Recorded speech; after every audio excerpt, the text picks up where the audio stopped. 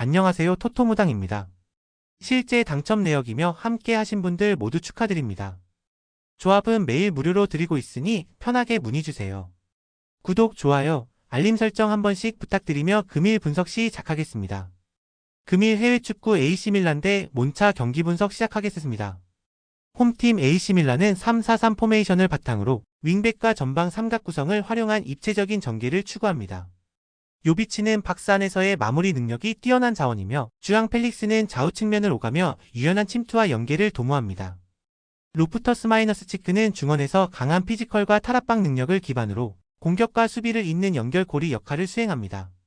히메네스가 징계로 결장하고 본도가 부상 중이지만 전체적인 밸런스 유지에는 큰 지장이 없으며 홈에서는 강한 압박과 빠른 속도로 템포를 끌어올리며 경기 초반부터 주도권을 쥐는 경향이 강합니다. 원정팀 몬차는 3-5-2 포메이션으로 중앙 수비 숫자를 늘리며 안정적인 수비 기반의 역습을 추구합니다. 케이타는 전방에서 제공권과 침투에 모두 강점을 갖추고 있으며 아크프로와 비앙코는 중원에서 볼 배급과 전환 역할을 분담합니다. 하지만 갈리아르디니, 담브로시오, 이조 페시나 등 팀 핵심 자원들의 대거 부상 이탈로 인해 전체적인 전술 구조가 심각하게 흔들리고 있습니다. 특히 중원에서의 압박 연결과 수비 간 전환 속도가 떨어지는 문제가 반복되고 있고 수비 간격이 벌어지는 상황에서 전방 압박조차 형식적으로만 작동해 실점 위험이 꾸준히 노출되고 있습니다. AC밀란 승을 봅니다. AC밀란은 측면과 중앙을 모두 활용한 공격 패턴이 완성도 높게 작동하고 있으며 몬차는 핵심들의 이탈로 인해 조직력과 압박 구조 모두가 무너져 있는 상태입니다. 결국 이 경기는 AC밀란이 끝까지 주도권을 놓지 않는 흐름으로 이어질 가능성이 높습니다. 금일 해외축구 알라베스 대 오사수나 경기 분석 시작하겠습니다. 홈팀 알라베스는 4-1-3-2 포메이션을 기반으로 수비 중심의 안정적인 운영을 추구하는 팀입니다.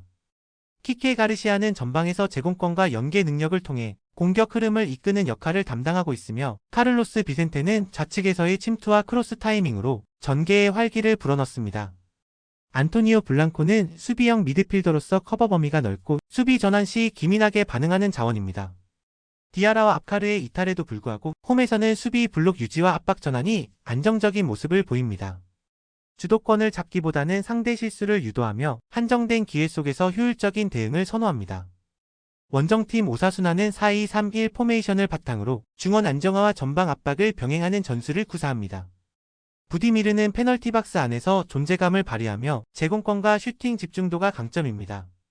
루벤 가르시아는 측면에서 탈압박과 전환 과정에서의 연계 능력이 돋보이는 자원이며 아이마르 오로즈는 중앙에서의 볼 연결과 활동량으로 후방 빌드업에 기여하고 있습니다. 다만 원정 경기에서는 전체 라인이 낮아지고 전개 속도가 둔화되면서 마무리에서 한계가 드러나는 경우가 잦습니다. 측면 수비 전환 시 공간이 열리는 약점이 있으며 공격 템포가 제한되면 단조로운 흐름으로 이어지기 쉽습니다. 무승부를 봅니다. 양팀 모두 뚜렷한 주도권 없이 수비 조직력과 전개 흐름에 초점을 맞춘 실리 축구가 예상됩니다. 공격에서의 창의성과 전개 속도 모두 제한되는 흐름 속에서 팽팽한 균형이 이어질 가능성이 높습니다. 결국 이 경기는 무승부로 귀결될 공산이 큽니다. 금일 해외축구 헤타페 대 셀타비고 경기 분석 시작하겠습니다. 홈팀 헤타페는 4-4-2 포메이션을 기반으로 수비적인 운영과 빠른 전환 플레이에 의존하는 팀입니다. 보르아 마요랄은 제공권과 문전압 움직임에서 강점을 보이며 후안 이글레시아스는 측면에서의 압박과 수비 가담을 동시에 수행하는 유형입니다. 아람바리는 중원에서 볼 배급과 수비 커버를 병행하며 중심축 역할을 담당하지만 루이스 미아의 징계 이탈로 인해 후방 빌드업 시 템포 조절에 공백이 생긴 상황입니다. 홈에서는 강한 압박을 중심으로 수비 안정화에 집중하지만 선제 실점 시 전개가 느려지고 공격 창출력이 급격히 떨어지는 단점이 반복되고 있습니다. 원정팀 셀타비고는 동일한 4-4-2 포메이션을 운영하지만 중원 구성의 유연성과 전방 침투 속도에서 보다 날카로운 모습을 보여주고 있습니다. 페르 로페스는 박스 근처에서의 움직임과 마무리 능력에서 강점을 보이며 스베드베리는 좌측에서의 탈압박과 침투 타이밍이 날카롭고 역습 시 속도전에서 위협적인 자원입니다. 프란 벨트라는 중원에서 넓은 활동 범위와 압박 회피 능력을 갖춘 자원으로 템포 전환과 볼 연결의 기여도가 높습니다.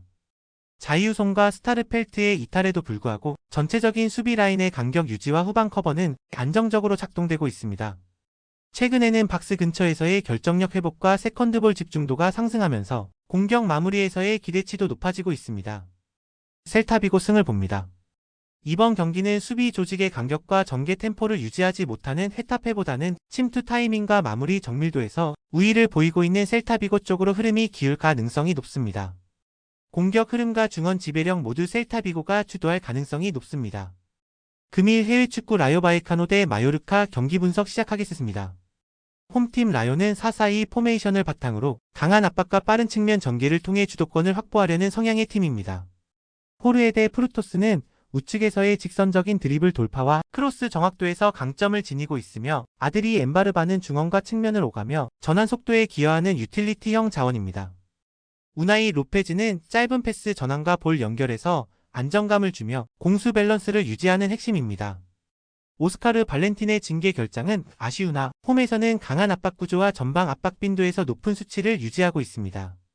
특히 박스 근처에서의 활동량과 세컨드볼 대처에서 강점을 보이며 공격 템포도 빠르게 이어가는 흐름이 반복되고 있습니다.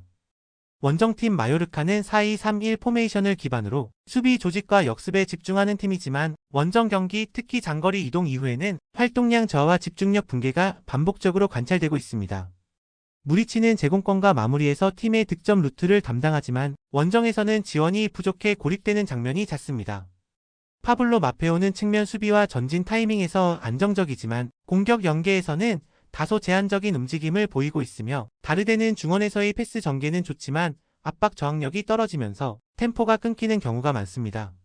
아브돈 프라츠의 아사노, 치키뉴의 이탈은 공격 옵션의 다양성을 크게 감소시키며 본토 원정에서는 체력 부담으로 인해 경기 후반 집중력 저하로 인한 실점률이 높게 나타나고 있습니다.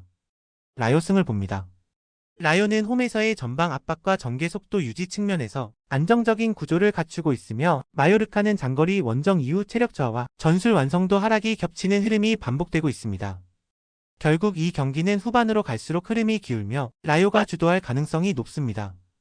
금일 해외 축구 파리 생제르맹 대 스타드 랭스 경기 분석 시작하겠습니다. 홈팀 파리는 4-3-3 포메이션을 바탕으로 측면 침투와 중앙 집중형 공격 루트를 동시에 가동하는 팀입니다. 덴벨레는 중앙에서 속도와 타이밍을 이용한 연계의 강점을 보이며 크바라트스켈리아는 좌측에서 인사이드 침투 후 컷백과 슛 연결이 능합니다. 파비안 루이스는 중거리 옵션과 세컨볼 연결에 기여하며 전체적으로 전방 3선의 유기적인 움직임이 부각되는 팀 구조입니다.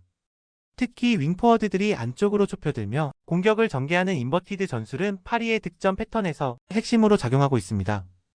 또한 이강인의 존재로 인해 세트피스 상황에서 코너킥, 프리킥 등에서 위협적인 득점 찬스를 만들어내는 장면도 자주 연출되고 있습니다. 원정팀 랭스는 4-4-2 포메이션을 바탕으로 전방 투톱과 미드라인 사이의 수비 밸런스를 유지하며 신중한 흐름을 가져가는 팀입니다. 시바체우와 나카무라는 전방 압박과 침투 능력을 바탕으로 공간을 노리는 플레이에 주력하고 있으며 아탄가나 에도아는 중원에서의 볼 간수와 압박에 집중하고 있습니다. 하지만 측면 수비 라인의 간격 유지가 불안정하며 인사이드 침투 대응 속도에서 반복적인 문제점을 드러내고 있습니다. 특히 중앙 수비수들의 커버 타이밍이 늦어지는 상황에서는 상대 공격진의 컷인 패턴에 고전하는 모습이 반복되고 있습니다. 세트피스 수비에서도 제공권 대응이 약한 편이기 때문에 상대 전술에 따라 흔들릴 수 있는 구조입니다. 파리 생제르맹 승을 봅니다. 파리는 인버티드 침투를 바탕으로 상대 수비를 넓히고 파고드는 전술 구조를 안정적으로 구사하고 있습니다. 랭스는 그 흐름을 차단할 만한 압박 속도나 수비 커버 능력이 부족하며 세트피스 상황에서도 열세를 보일 수 있습니다. 전체적인 공격 효율과 완성도를 비교했을 때 파리가 확실한 우위를 점하는 경기입니다. 더 많은 경기의 정보와 분석이 궁금하시다면 영상 하단의 댓글을 확인해 주시면 되겠습니다. 높은 적중률을 위한 방법은 양질의 정보입니다. 무턱대고 남들 따라 했다간 손실만 볼 뿐입니다. 최대한 전문가의 도움을 받아서 양질의 정보와 높은 적중률을 경험해보세요.